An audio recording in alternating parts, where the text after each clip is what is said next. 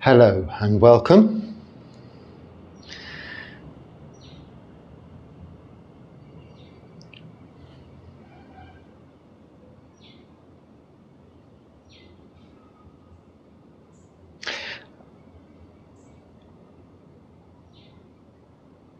Would you be able to recommend any practice that might help me connect more to my body? Then you go on to say you try to do body scan and it feels like halfway around your body's a dead zone, and various other descriptions of this experience. So the main question is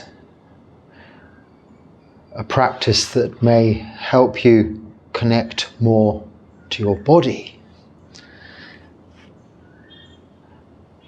Mindfulness of the body, the four foundations of mindfulness, those being rupa, the body, vedana, feelings, citta, the mind,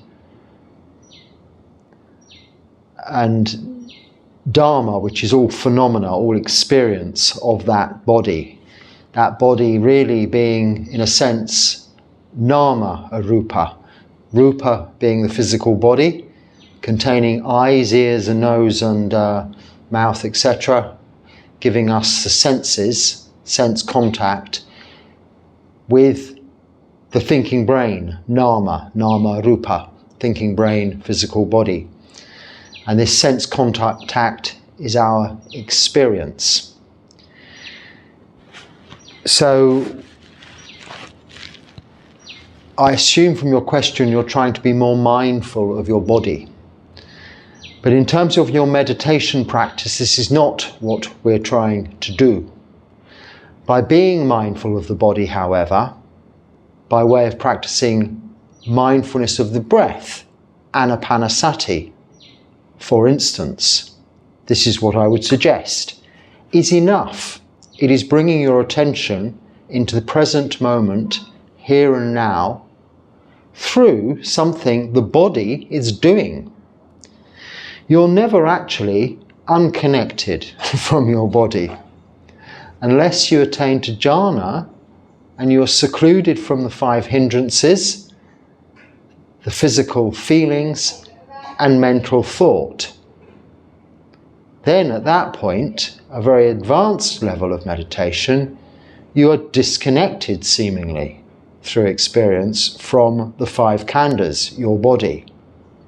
Being awareness only, presence, knowing, the citta, the mind. But if you are mindful, you will experience all that's going on in the present moment, here and now. Primarily, this is going to come as a result of bodily feeling. Unless we are distracting ourselves from that bodily feeling, which is often what we're doing, for the very purpose of distracting ourselves from that bodily feeling, because it is usually the form of discomfort or even pain.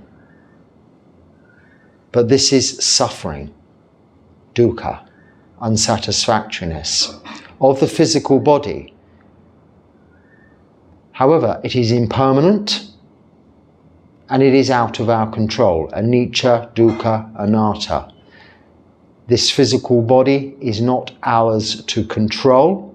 We can do our best with it, to direct it, treat it well, keep it healthy. But if it ceases to work, it ceases to work. That's beyond our control. If pain is there, it is as a result of something. We can look towards its cause, but often that's difficult to know. So, would I be able to recommend any practice? Any practice. The practice when you're sitting in meditation should be of simply observing a meditation object. And as and when and only when bodily feelings come about, if necessary, bring your attention to them in order to make the necessary adjustment or get to understand what the cause of the pain, the discomfort, the unsatisfactoriness is, where it is originating from.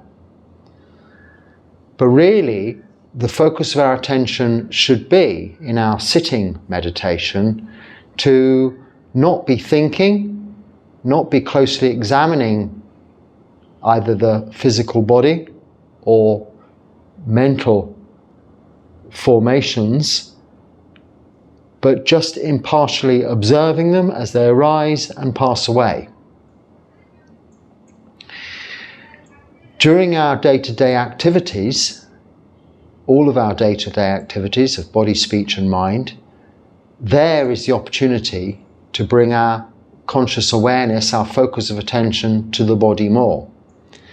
The reflection of the 32 parts of the body that we repeat in the evening chanting so often, or not, as the case may be, is to really just highlight the sense, our awareness that this body is just made up of those organs, none of which are within our scope of control. And it's a reflection to that end. Now, it is used, this body scanning method of meditation, much like metta meditation becomes a list of people we should have loving kindness towards, extending from near out to far. The body is used as a primary source of focus to bring our attention to the top of the head, moving slowly down through the body to the tips of the toes, identifying areas of the body. And in the initial practices of meditation, these can be quite useful, but so can just counting the breaths in and out. They're just ways of not thinking about other stuff that might have been happening in your day prior to sitting in meditation and what you might be having to do after you finish meditation. Thinking about the past, thinking about the future. In other words, restlessness and worry, one of the hindrances. And avoid thinking about things you like, the sensual desire that might come from wanting. This is the first of the 5 hindrances or obstacles to meditation. And not thinking about what you don't like. And laziness. This is a way of overcoming some of the hindrances to meditation. But when you've begun meditation, when you are comfortable with the practice of meditation, there should be no need to employ these practices other than outside of meditation, having developed the quality of being able to concentrate and focus your mind on a single object of meditation.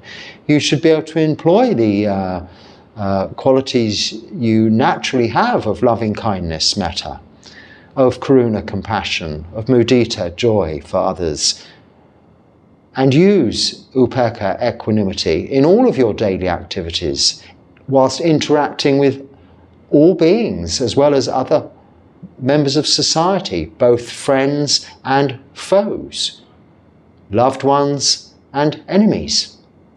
It doesn't matter. Where you cannot have metta, you can have compassion, for instance. The practice of all 4 Brahma Viharas, as I just described, is the way we can have feelings that are positive towards all beings, which will replace any negative, judgmental feelings that we might have towards some beings through some encounters, through some experiences. So, where you go to describe where you've tried to scan the body, don't try to scan the body. If it's not working for you, there's no point doing it. If listing all those that you love isn't working for you, there's no point doing it. Go out and find some real love. Find some cute little puppies or kittens or cows or pigs or lambs or something that you can really give some loving kindness to in a real sense, so that you have a feeling of affection and loving kindness and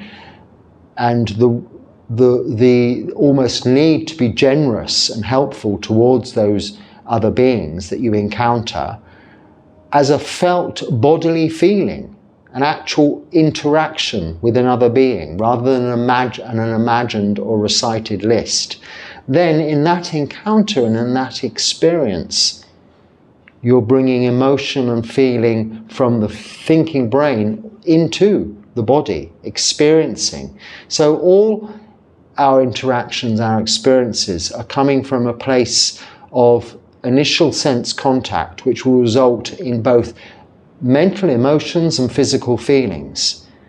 Mental emotions can arise and but they will have corresponding physical feelings. Anxiety, for instance, will have a feeling of lightness or butterflies or fluttering or something like this around this solar plexus area, giving us a physical indication of a mental emotion. Part of our natural instincts, human instincts, fight or flight, go towards or to back away.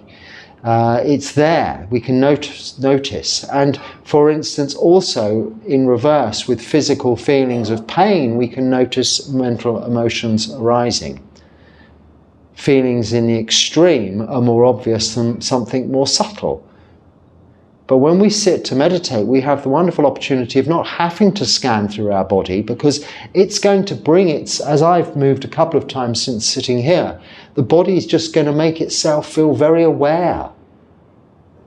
You don't have to feel that you've become disconnected. If you've become disconnected from your body when you're sitting in meditation, yes, that's a great situation to be in, because it's one thing that's going to not be an obstacle in the way of you attaining to jhana, deeply absorbed states of meditation.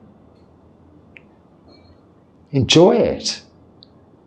But more often than not, as soon as you sit, something will hurt or be a little uncomfortable.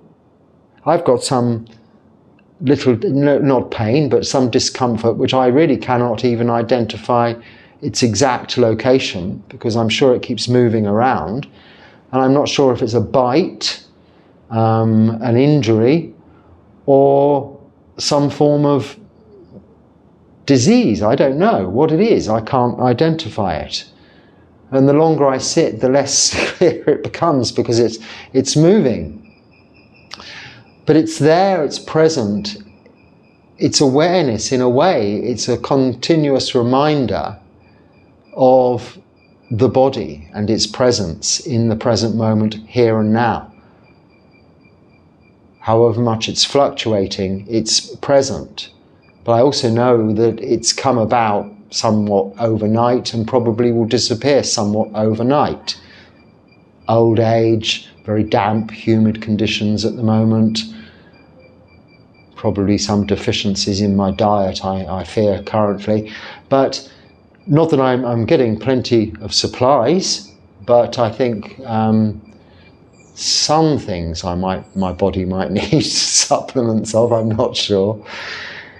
But your body is there to continually remind you. So don't waste your time if you have restricted time to meditate, on that practice. Use that hour you might have in the morning, or your hour in the evening, if it's even that, to just sit and do nothing. And let the body tell you, it will tell you, hey, meditator, I'm your body here, I'm very much connected to you, that's why you want to move now already. It's telling you. Be mindful. See, the first foundation of mindfulness is of the body, rupa, of the body. It's there. But if your meditation object is the breath, rest assured, even when the breath is very subtle and you no longer have a sense of the physical feelings of the body, you're still aware of the body, because the breath, breathing, is an action of that body.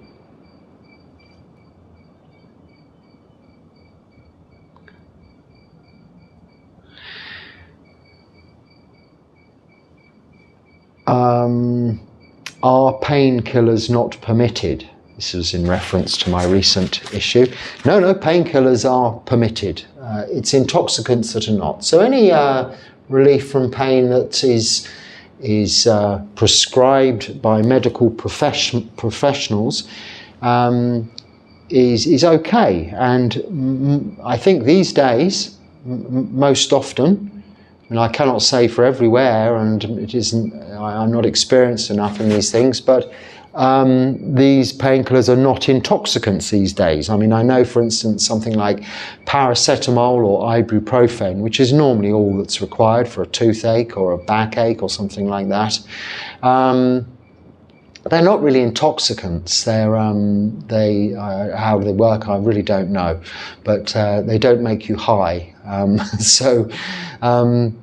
They are quite okay. They're allowed. We've had that discussion at length with regards to other aspects of intoxicants and intoxication and things, so we won't go too much into detail on that. But thank you for your concern. I didn't need much. In the end, they took the nerve out. Well, that's a great way of getting rid of pain. Remove the nerves. It's a bit nihilistic, I know, and extreme. What can I do to help a departed friend who drowned during our kayaking expedition? Well, that's very unfortunate to hear, but there's very little you can do to help them now. The physical body, the thinking brain, has died. This is it. That's the end.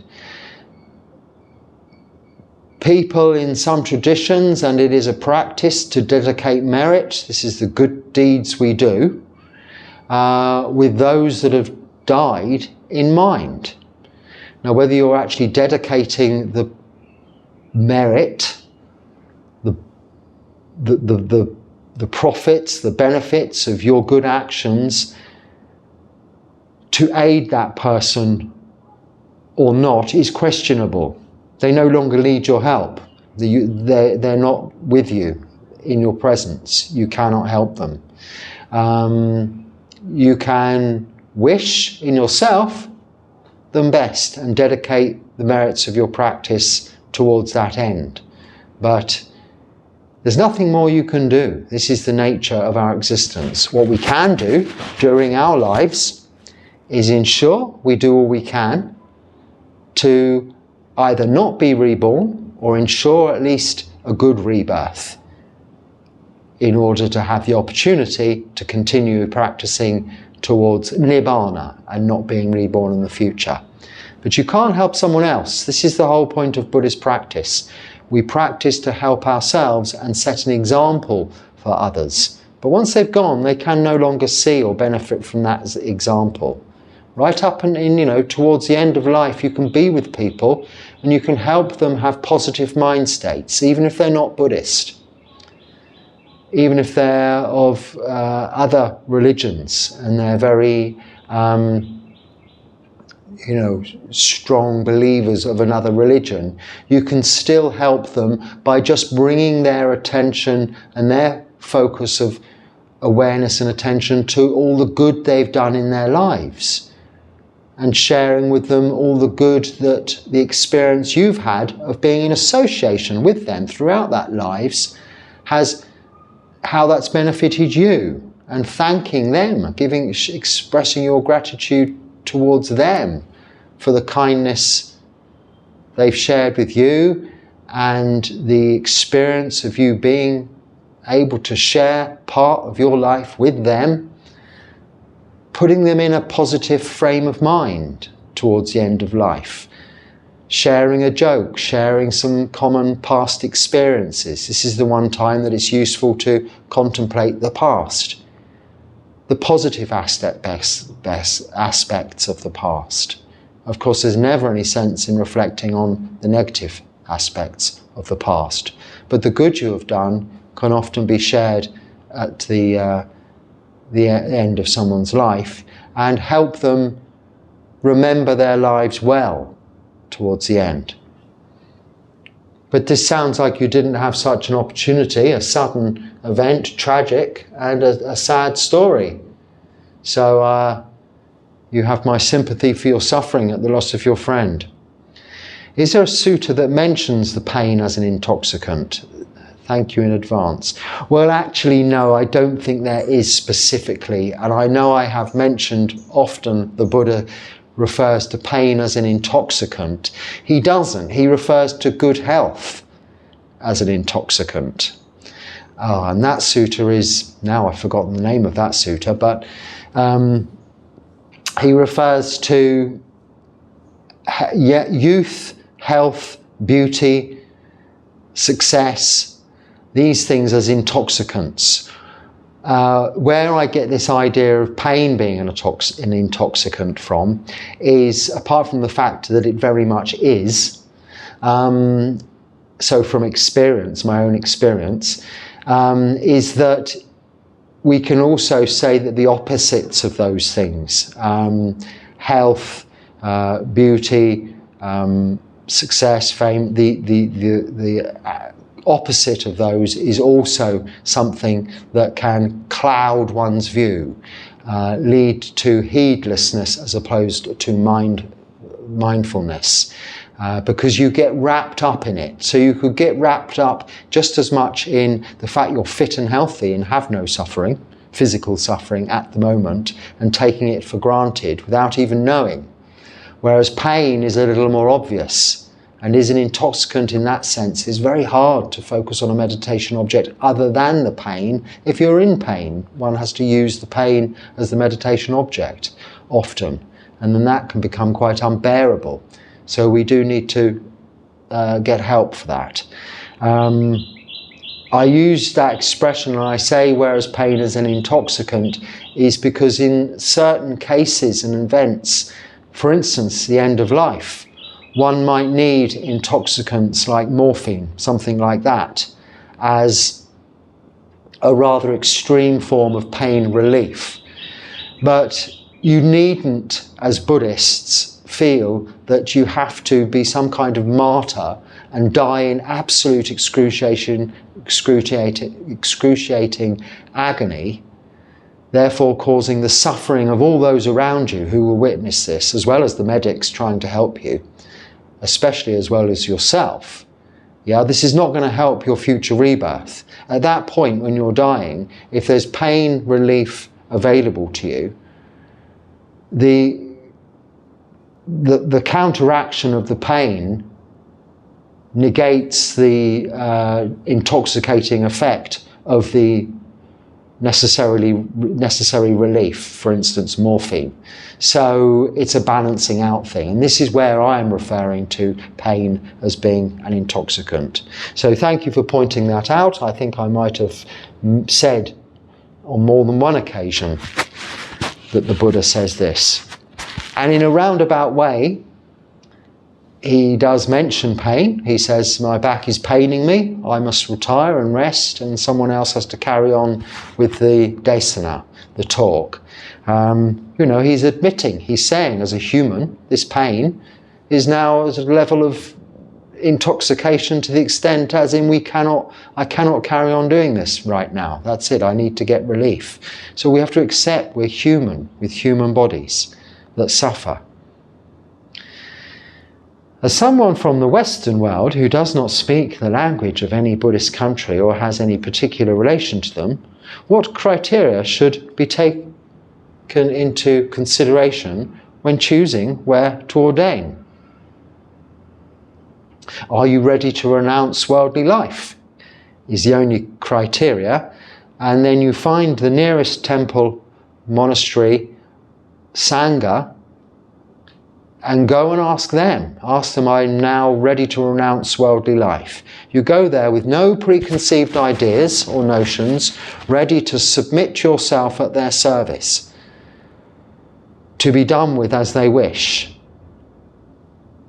You're not going there to talk, but if you find somewhere in your own country, then, and I don't know where you're coming from, so I can't tell you whether there's possibly an option there, but then they're going to be speaking your own language. You should be trying to find a monastery where you are going to train, where they can speak your own language, because otherwise it's very difficult for you to learn and to be trained. You're going for training. Remember this. You're renouncing what you know as well as what you have. It's not just material goods we renounce when we ordain, it's our intellect. Doesn't matter whether you've got a PhD in Abhidharma, it means nothing. When you ordain, you're going to be cleaning toilets regardless of that PhD for many years, and cooking before you're even allowed to ordain. It takes 2 to 3 years of living in a monastery, helping, serving, practicing and developing humility. So perhaps your emphasis is on the wrong things there, by the tone of your question. What criteria should be taken into consideration when choosing where to ordain? That yes, there are teachers there willing to accept you, to be taught, and that speak your language, your own language.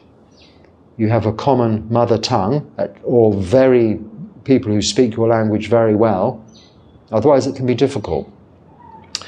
And that might mean finding an international monastery in a foreign country, somewhere where they speak a common language.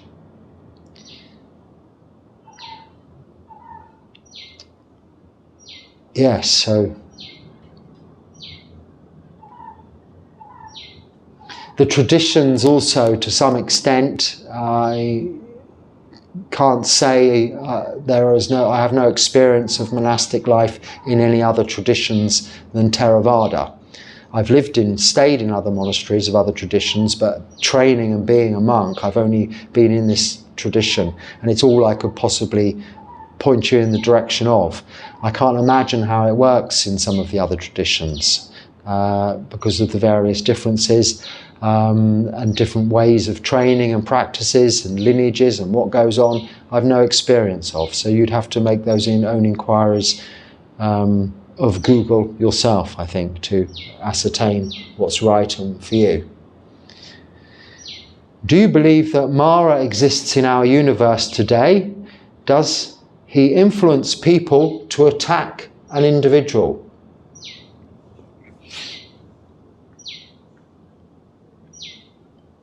So Mara is the mythological personification of the kilesas. The kilesas are our defilements: greed, hatred and delusion. Now Mara is also believed to be this a being, as I say, a personification, a being, a godlike, interactive deity. But that's, neither here nor there. The point and understanding of Mara is that Mara is anything that comes in the way of our practice to distract us. So you can take the 5 hindrances I discussed earlier as being Mara. Sensual desire is Mara. A pain in your foot is Mara. Anything that wants to stop you practicing or tempt you in the alternative direction to goodness is considered as Mara. Not such like a devil or a being specific, but just the personification of our own personal defilements. So we are Mara. Mara. The question was, does he exist in the universe today, I think he said. So, there's no time in other realms that relates to this universe. This is a very short time in relation to heavenly realms, and therefore time-wise is unrelated. But as I say, it's a personification of the kilesas, really. And it is what people act on. So you say, can Mara cause someone to attack another? Of course. Greed, hatred and delusion are the cause of all people attacking other people. The cause of war, the cause of, actually the cause of all dis-ease in the world is as a result of greed, hatred and delusion. If you want to call it Mara, and that's present now as much as it ever has been in the universe. Because anyone who is suffering is as a result of somebody else's profit, usually. Somebody else's greed, usually. Because if everybody in the universe, in the world, on this planet, kept the 5 precepts, and had extinguished greed, hatred, not even delusion, just greed and hatred, but probably delusion, yes, they would be ultimately generous. And there's probably enough to go around, enough resources to go around for everybody to share, enough land in good temperate climates for us all to move freely around, happily, in harmony with each other. It's only greed, hatred and delusion that creates the boundaries, the borders, the barriers, the obstacles, the disparity between rich and poor, upper class and lower class, even to some extent healthy and unhealthy, where people can have treatment and others can't. People still die on the planet of curable diseases in other places. Doesn't make any sense, does it? Why is that? Because of Mara, if you know that Mara is greed, hatred and delusion. So very much, yes, it's always been here and it always will be here. Not everybody is going to release themselves from suffering and attain to Nibbana all at once, all at the same time.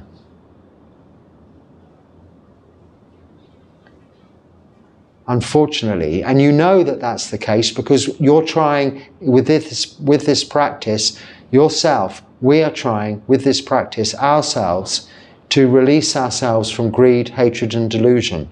And it's really difficult, isn't it?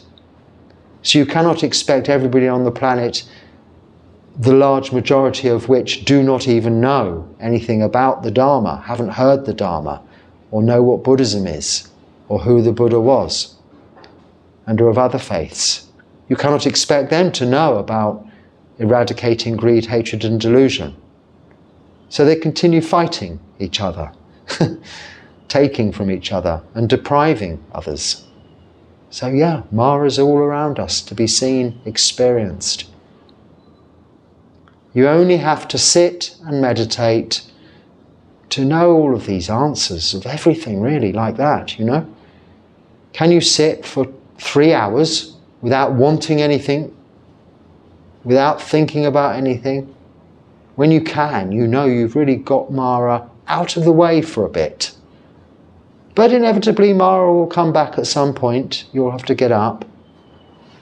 Or during your day, you might take that extra cream bun or extra spoonful of sugar rather than making the effort to not have that extra cream bun, walk up the road and give it to some poor homeless person. We don't bother with that sort of thing so much, do we? So we just accept it as normal. It's there, we have it even if we don't need it because we want it. It's all Mara.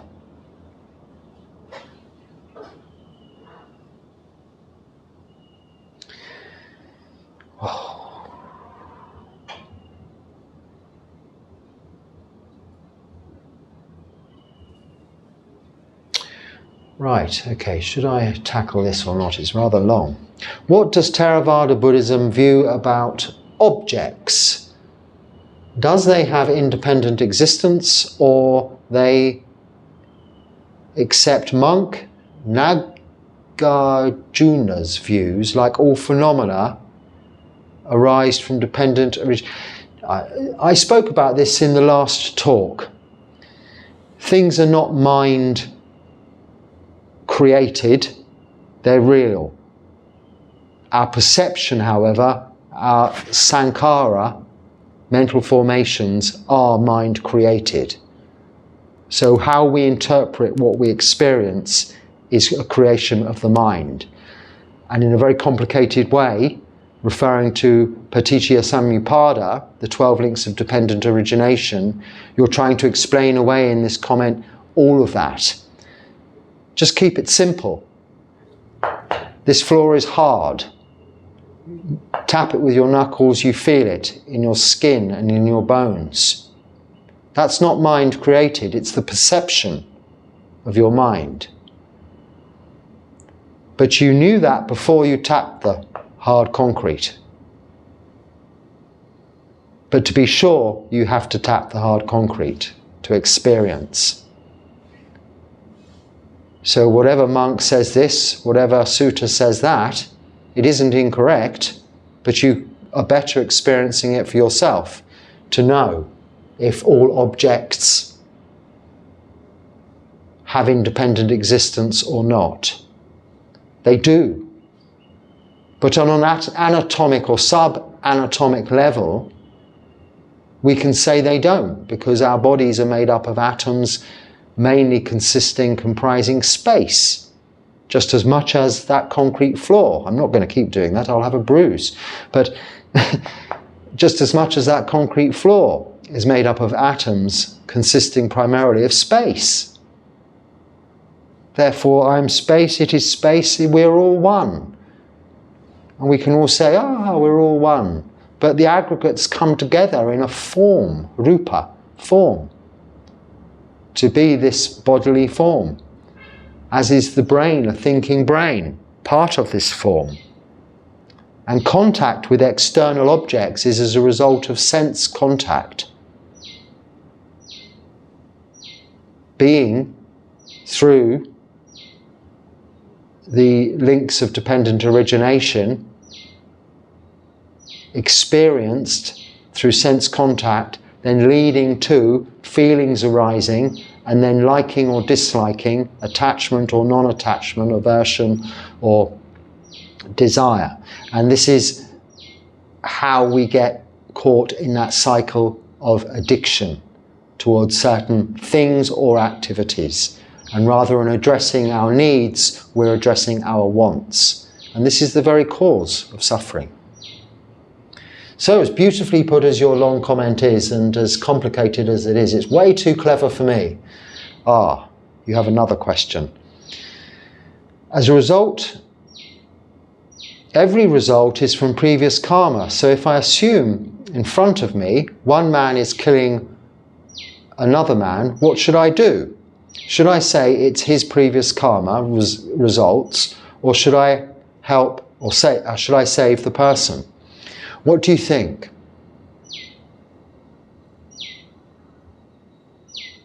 Someone's hurting someone in front of you.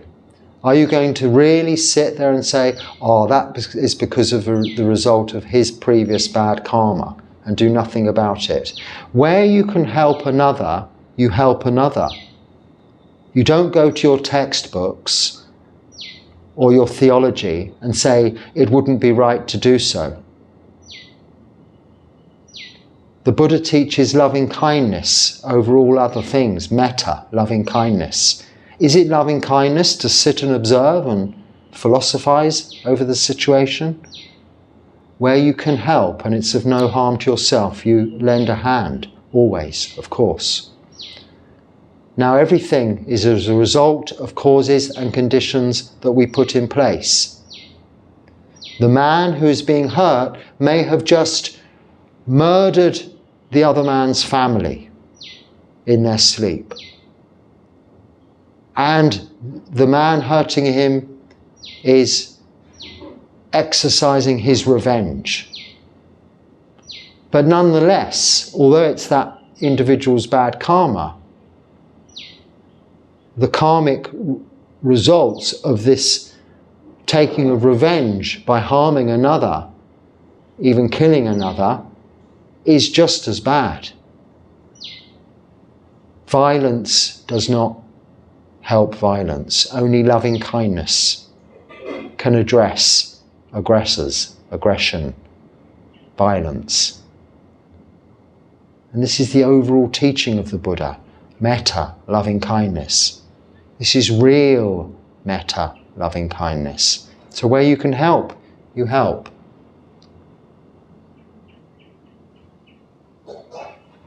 Can you explain the state of mind which Buddha has explained in the Kula Sunyata Sutta in detail? So I have explained sunyata, emptiness. So look at my talk on emptiness in detail, which I explain in detail as not emptiness, which implies a container that is empty, but infinite spaciousness, much like those atomic, subatomic level beings that we are, appreciating that experience at oneness with the universe through deep jhanic experience. So in jhana, when secluded from the five hindrances, bodily feelings and mental thought, you are, in a sense, experiencing at oneness with the universe, or emptiness. There's no physical feeling or no mental thought. And in the Kula Sutta, it is just described at some length. I think it's a Samyutta Nikaya, but it's described at some length with regards to each encounter that an individual, as so many of the suttas are doing, to really get the point across and explain it in detail to the audience at the time. But I don't really go through suttas here explaining each sutta, because they're all teaching different audiences the same thing to what we're trying to achieve: relief from suffering, freedom from suffering in this lifetime, attainment to nibbana, through the experience of meditation and jhana, sunyata, emptiness, or infinite spaciousness. That cannot be explained in detail, but it can be experienced and seen for yourself in detail. Or you can read the sutta, recite the sutta over and over again, hear it explained, recited in Pali and in your own language over and over again. But that's not the experience of sunyata. It's the Buddha's very clever and explicit way of really trying to describe to a huge audience at the time he had in front of him what this feeling when encountering obstacles, either in meditation or through all of your daily activities, of sunyata can help you understand with wisdom. It's the practical application of sunyata. That's what it's alluding to. Not just an ethereal or esoteric ideal. Something that is useful. And really this is the nature of all these teachings that we read in the suttas, and we take from them parts that we can use in our own circumstances and situations.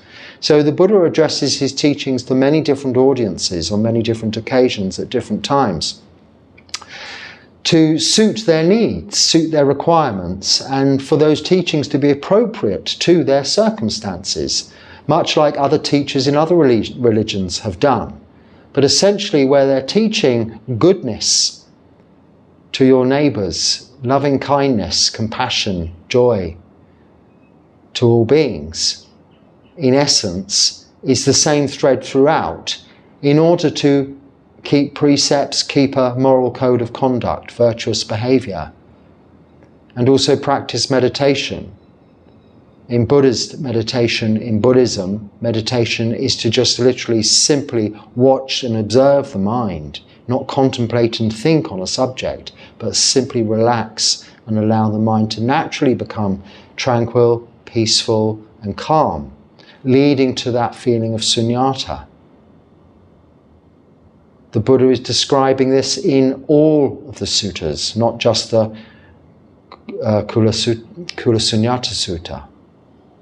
So it's important to, no, it's not, for me, it's important not to just get a sutta and spend a day examining the whys and wherefores as to why this was said in that way and the verses exactly as they went in their different languages and meanings.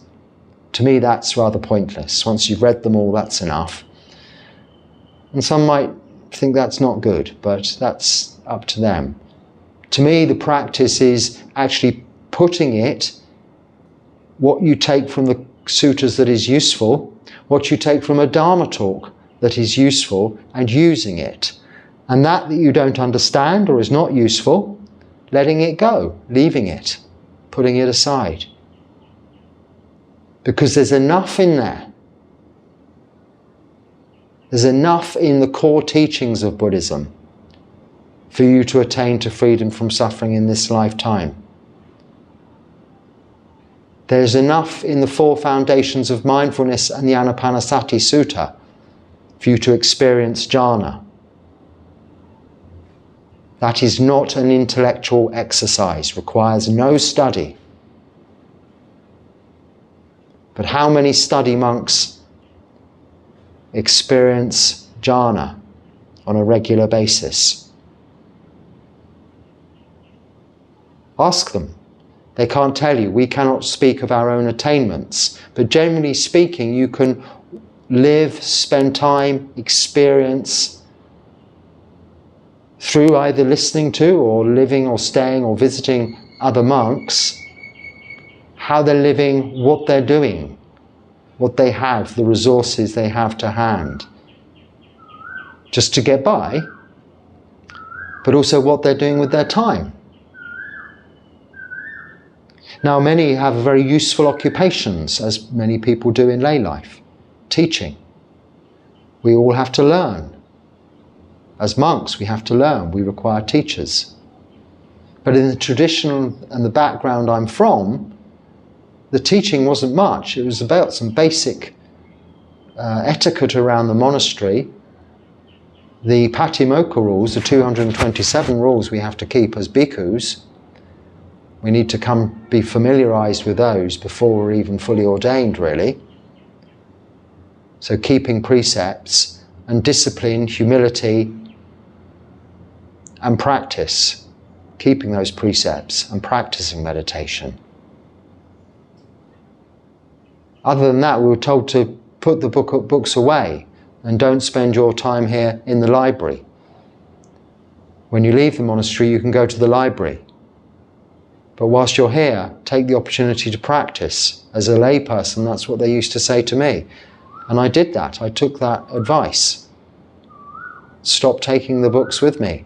Attend the evening chanting, the morning chanting, the meal times, the work periods. The rest of the time, just sit with nothing and just meditate. And at times it was absolutely agonizingly painful, not in a physical sense, but mentally. There were times when I was literally banging my head against the wall. It was that boring for that longer amount of time. But I really got to see what my body, what Mara was doing with my physical body and my thinking brain. Tempting it out of that situation which was only conducive towards peace, calm and tranquility, towards other things outside which seemed more exciting and inviting.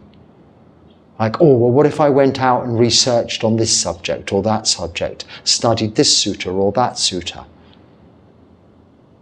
I could take it a stage further if I did this, I did that. I went there and saw this academic, or listened to that talk, or read that book. They're just distractions away from the true reality of the practice, as the Buddha did say. You don't need to go to the ends of the universe seeking, but all the answers can be found within this fathom-length bag of skin, bones, and horrible things. Just sitting here, observing. So that's what I say to those three clever questions. Nothing wrong with them. Beautifully put, clever questions. But often, the cleverer they are, the less someone's practicing. And when someone asks me, in all sincerity, oh, I just can't meditate for as much as a whole hour because my knee hurts, I have a lot more understanding and ways I can help that person than if they ask me to expound, which I've subsequently checked the meaning of means explain. So you just say explain, then explain some long sutta that was originally written in another language, then translated into another, and then into my own English. The meaning of each and every word contained within that sutta. That to me is not useful. That to the person with the painful knee is not useful. But if I can just say to the person, well, tell you what, just move a little, or sit on a chair, or just meditate for 45 minutes instead of 1 hour. Now this might be seen as just dumbing down Buddhism, oversimplifying it. Yes, it is. That's what it is. It's enjoyable, it's fun, it's leading to contentment, the result of which is happiness. And the ability, as a result of that happiness, to have loving kindness to all beings, even your enemies eventually, through the development of compassion towards them, and the increased development of equanimity towards your own suffering, you can have metta, loving kindness for all beings. You don't have to recite lists over and over again to get there, but you do have to practice. You do have to experience that emotion, that time when you really want to do something other than be sitting and meditating. Even to the extent of literally banging your head against the wall because you're so bored. This is how you get there. This is how you find, this is how you eventually can attain to jhana and experience sunyata. I think many people, certainly, especially in Buddhist countries where it is an intellectual study, nothing wrong with that, but one should see it as something separate to the practice. Conducive, complementary to the practice, but not the practice. The practice is sila, samadhi, panya. Panya, wisdom, being understanding, not intellectual knowledge. So anything in addition to that is optional extras. And someone's criticized me for saying, with regards to other traditions, optional extras just sounds like accessories on a car when buying a car. Yes, I mean that. It is like accessories on a car. You buy a car to get from A to B. You do not need necessarily specially designed, comfortably upholstered seats, air conditioning, some kind of extreme entertainment system, and power this and power that. All you need is an engine, some seats, and a way of driving the vehicle to get from A to B. The other refinements are optional extras. But very often those optional extras are distractions from the initial aim. If you look at a racing car, it doesn't have any optional extras. It's designed to get from A to B as quickly as possible. And Theravada Buddhism is designed to get from A to B as quickly as possible, in its real sense. Living a monk in accordance with the Vinaya practices of forest monks, of Dhutanga monks, of Kamatana monks, meaning work monks. Kamatana means work. The object of work being not cleaning and polishing, not teaching, not fixing, not mending, not building, but working on the mind, working on focusing on a single meditation object, working on one single aim, to be free from suffering in this lifetime and attain to Nibbana. Beginning with practicing meditation and experiencing jhana and sunyata. So I hope I answered your comments politely. I didn't mean any disrespect in my reply. But overcomplication is in our nature. And it's our nature that we're swimming against often, going against the stream. So on that, if there's something useful, I hope you can use it. If not, let it go. Until next time, Sukhi Hotu.